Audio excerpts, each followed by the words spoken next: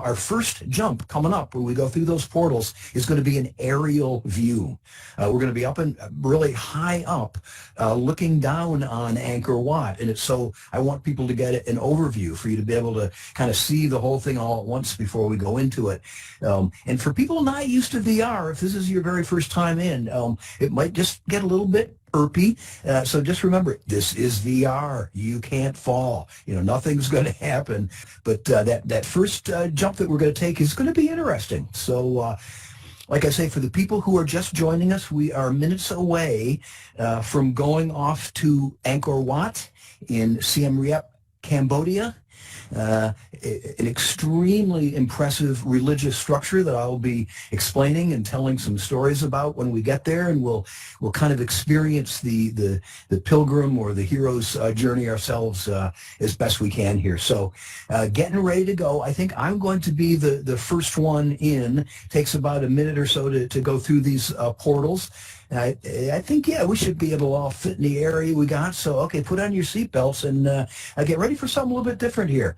Here we go. Angkor Wat, here we come.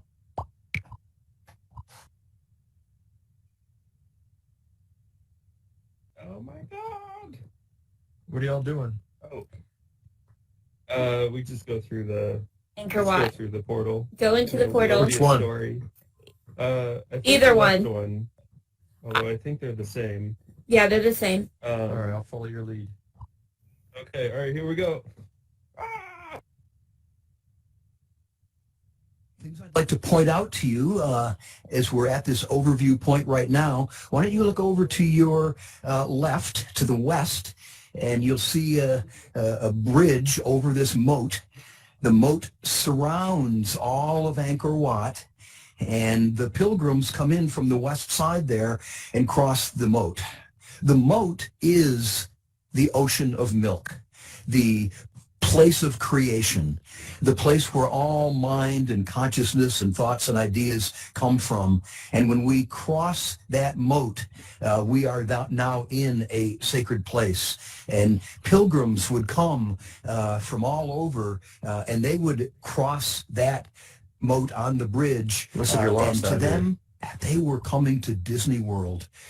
Look down at this and just imagine what that would have coming in. And now we're going to do more than imagine that.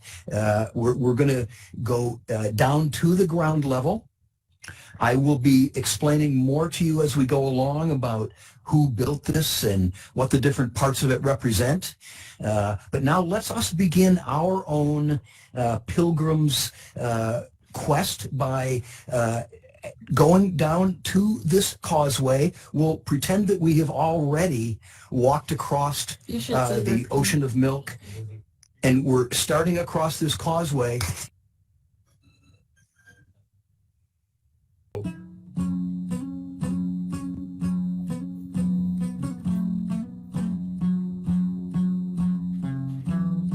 This is fun. I'm learning a lot. Imagine that you're walking along the causeway on your journey now.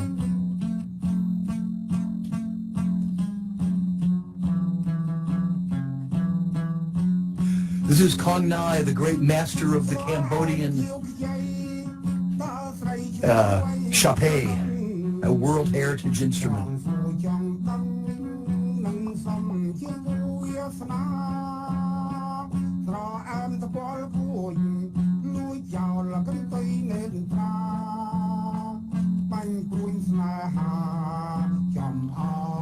Let's continue inside now. Here we go.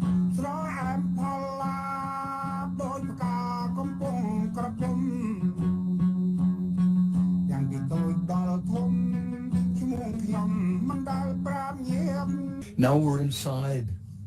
We're approaching the place where God lives.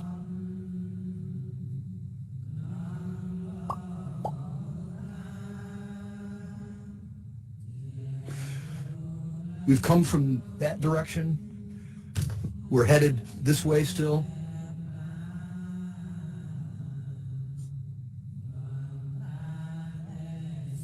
Yeah. let's take our last jump now, and I'll do some storytelling.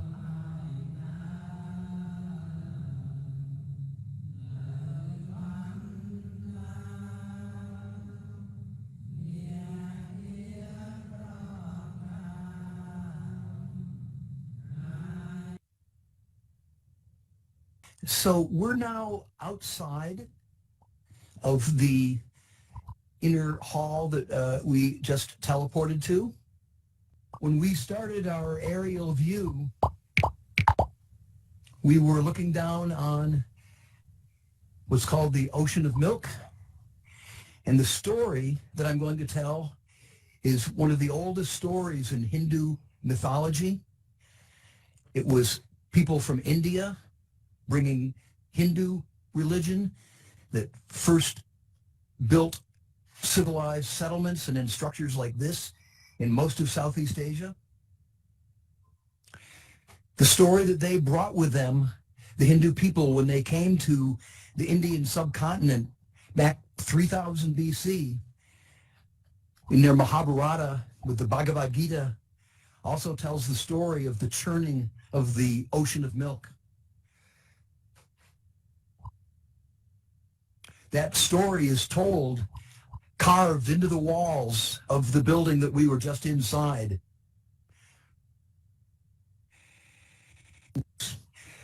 Back at the beginning of time, when there was only the first original demigods, Brahma, Vishnu, Shiva, their children, the next generation of devas, gods, and demons, Asheras, were fighting in an endless battle the way children always do. They've been fighting for hundreds of years to a standoff, the good devas and the bad Asheras. One day, Indra, who was another of the original demigods, just had a bad mood and put his finger on the scale and made things a little bit tougher for the devas. And the battle turned. The demons, the Asheras, started to win the long, centuries and centuries old battle. And it looked like the gods, the younger generation of gods, would be defeated and maybe even would end. And they went to Vishnu and said, what can we do? And Vishnu said, you will have to, on your own, find the elixir of immortality and save yourself. That elixir lives at the bottom of the ocean of milk. The only way to get it up is to bring the elixir of immortality up out of the gigantic unconsciousness of that ocean. How can we do it? You'll have to figure out a way. And what they figured out was to get the king of the Nagas to wrap himself around Mount Meru, which is the highest mountain where all the gods, the demigods, lived, that was right in the middle of the ocean of milk. And when the serpent wound itself around, the demons saw it and pulled because they would want it. And then the Asheras, the devas, the gods pulled back, and the demons pulled, and the gods pulled, and the demons pulled. And soon it was a churning action with the serpent coiled around Mount Meru, drilling down into the ocean. Mount Meru became unstable, and Vishnu had to take the form of a gigantic tortoise to stabilize the mountain. This symbolizes the foundation of firm intention and firm body posture that we all need as we begin our spiritual practice. As they kept churning, things came out of the ocean. Some of the first things to come out were the Asperas, heavenly beings here just to delight and entertain us. And you can see there's an Aspera right there carved into the wall. There's thousands of beautiful Asperas carved into the walls all over Angkor. There was also the god of health came out in the churning of the ocean, and he brought with him Ayurvedic medicine. This is the origin of the Hindu basis for health. And it was that god of health that had the elixir of immortality in an Amrita, and the demons saw it. And before the doctor could do anything, they grabbed it, and it looked like the demons would prevail, except Vishnu saw this and sent the only aspect of Shiva who is an enchantress. Mohini, the enchantress, momentarily distracted the demons, which allowed Garuda, the animal bird, to fly down, snatch the elixir, get it to Mohini, who then got it to the gods and goddesses. That is why now those divas live in heaven and are immortal, and those Asheras and demons live in suffering forever. As we look down and came in today, we ourselves come out of the ocean of milk, all of us individually. And we all individually begin our own journey through life, our own spiritual pilgrimage across this causeway. And we run into obstacles, the gateways. Those are the obstacles that challenge us and help us grow and become into who we can be. And if we progress far enough, we approach the 5 great towers, the Quincunx it's called, with the tallest in the center, and we're looking at it right there is Mount Meru itself. So AngkorWat is the story of the churning of the ocean. All along the causeway coming in was the serpent. There is Mount Meru. It's recapping the story of the churning right here. And for the pilgrims who came, for any of us, as we get inside and we look at the infinite space between us on our horizontal pathway, in the Hindu religion, there's no intermediary. God was directly here. God was in that highest of the 5 central towers. And when our horizontal pathway met God's vertical pathway in God's cave, we have here at AngkorWat the enlightenment experience.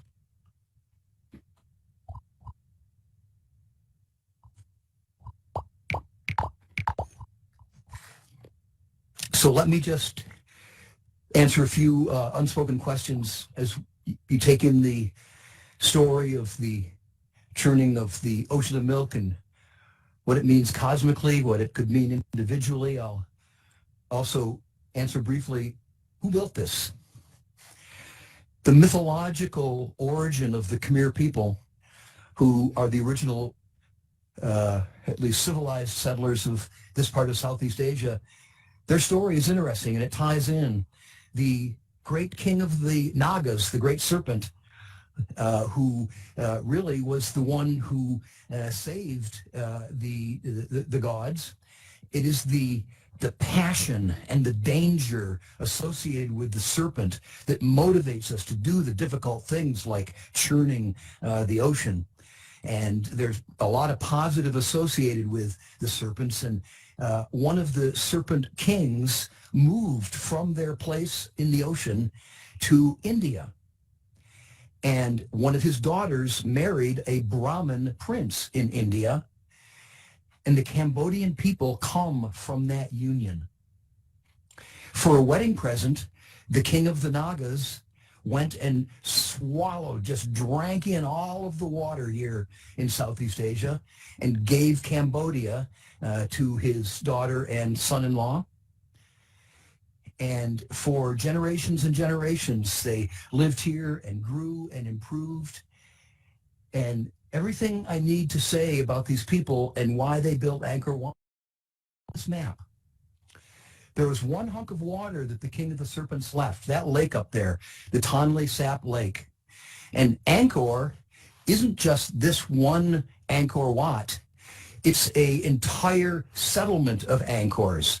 There's over 100 temples altogether within this 100 square mile area north of the great Tonle Sap Lake. This is where they built their empire, and the reason that they could do it was that the mighty Mekong River every spring, with its glacial melt from the Himalayas, would come roaring down from China, from Laos, into Cambodia. And there at Phnom Penh, the current capital of Cambodia, it would run into the little Tonle River coming out of the Great Lake, and the river was no match for the Mekong. And instead of continuing its normal path down to the sea, to the Gulf of Thailand, it would be turned around by the momentum and the force and the power of the Mekong River. Every single spring from time immemorial, the Tonle Sap River every spring reverses its direction from north to south to the sea, to south to north, driven by the force of the Mekong River, taking back great soil and nutrients, so that the people living there north of the lake were able to do 3 rice harvests a year. They were able to grow so much more than anybody around here, that with that kind of surplus labor, you can build an Angkor Wat. You can have a mighty army that becomes a kingdom and takes over all of Laos, a lot of Vietnam, all of Thailand. That was all the Khmer Empire, starting from about 800 to 1200. At last week's story, the Norwegian Crusade was 1108 to 1111. That's right when they started building Angkor Wat. The people here had a city of over 1 million. It was bigger, 10 times bigger than any place in Europe at that time. They were masters of hydrology. As you saw, they created this miles and miles long moat all the way around Angkor Wat, and there are lots of other reservoirs and waterways all through this area. So they were the masters of the water. They were an amazing people. Every ruler had to outdo the ruler before. That's Angkor Wat at its time was the supreme achievement of Khmer civilization. There was one more left to go. It's called Angkor Thom, and the famous Bayon is there with its carvings of Avalokiteshvara, the Buddha of compassion. I don't know if it'll be next week, but sometime soon we will be going to the next Angkor that was created, and the last of the Angkors. It was the end of the Khmer Empire because they spent too much effort promoting themselves, the rulers, and too little effort taking care of the people. Ring any bells? There's a quick walk through Khmer history for you. Thank you very much for allowing me to put on this show and see if we can do this kind of storytelling that's a little bit of experience, a little bit of storying. And you know, this is just the beginning. This is my first shot out of the box at this. So anybody who's on the Evolver Discord server, if you got any feedback, please give ideas about what we could do with this, what it's like, and I hope this is just the beginning of more and more storytelling like this. And we have someone here right now who probably won't want to speak English, but my friend Sabai Sanush here from Phnom Penh. Great to see you, Sanush. He's probably going to be too self-conscious to speak English, although he can speak English a lot better than any of us can speak Khmer.